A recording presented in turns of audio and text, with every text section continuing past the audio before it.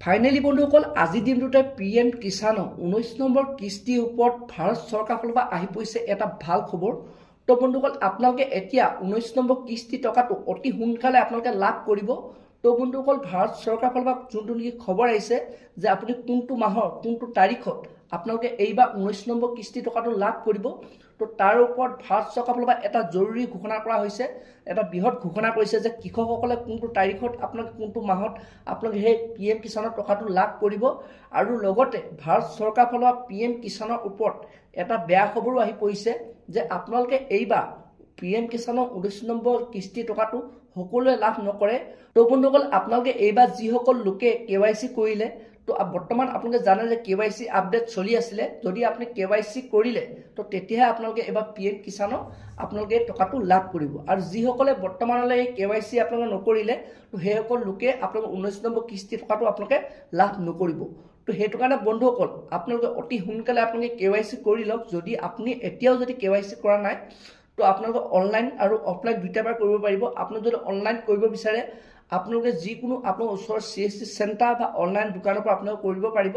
আৰু যদি আপোনালোকৰ মোবাইলৰ পৰাই আপোনালোকে সেই KYC কৰিব বিচাৰে আপোনালোকে মোবাইলৰ পৰা কৰিব পাৰিব। তাৰ ওপৰত মই অলৰেডি এটা ভিডিঅ' বনাই থোৱা আছে।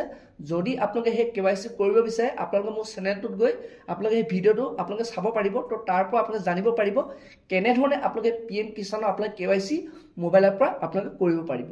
তো এতিয়া বন্ধুসকল আপোনালোকক মই জনাই আছো যোনটো নেকি পিএম কিষাণৰ 19 নম্বৰ কিস্তিৰ ওপৰত ভাৰত চৰকাৰৰ ফালৰ পৰা যোনটো বৰ্তমান খবৰ আহি পৰিছে যে আপোনালোকে সেই 19 নম্বৰ কিস্তি টকাটো কেতিয়া লাভ কৰিব। তাৰ আগতে বন্ধুসকল আপোনালোকক মই জনাই থোৱা, আপোনালোকে যদি মোৰ চেনেলটোত নতুনকৈ আহিছে চেনেলটো লাইক এটা কৰিব, পাৰিলে ছাবস্ক্ৰাইব এটা কৰিব, লগতে আপোনালোকে বেল আইকনটো অন কৰি থ'ব। যেতিয়া এনেধৰণৰ খবৰবোৰ আহি থাকিব তো প্ৰথমে বন্ধুসকল আপোনালোকে সেই ভিডিঅ'টো লাভ কৰিব পাৰিব।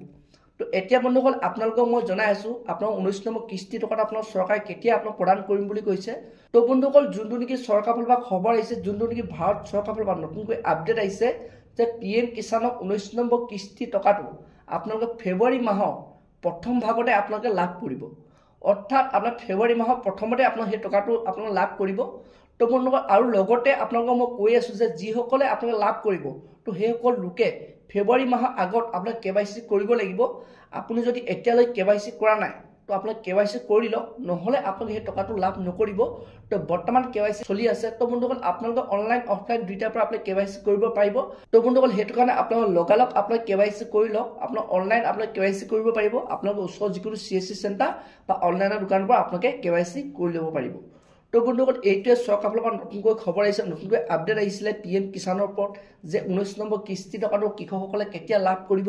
তো বন্ধুসকল আজি ভিডিঅ'টো ইমান আছিল। আপোনালোকে যদি আৰু এনেধৰণৰ ভিডিঅ'বোৰ লাভ কৰিব বিচাৰে, এনেধৰণৰ খবৰবোৰ যদি জানিব বিচাৰে চেনেলটো লাইক এটা কৰি দিব, পাৰিলে ছাবস্ক্ৰাইব এটা কৰিব, লগতে আপোনালোকে বেল আইকনটো অন কৰি থ'ব। যেতিয়া এনেধৰণৰ খবৰবোৰ আহি থাকিব প্ৰথমে আপোনালোকে সেই ভিডিঅ'টো লাভ কৰিব পাৰিব।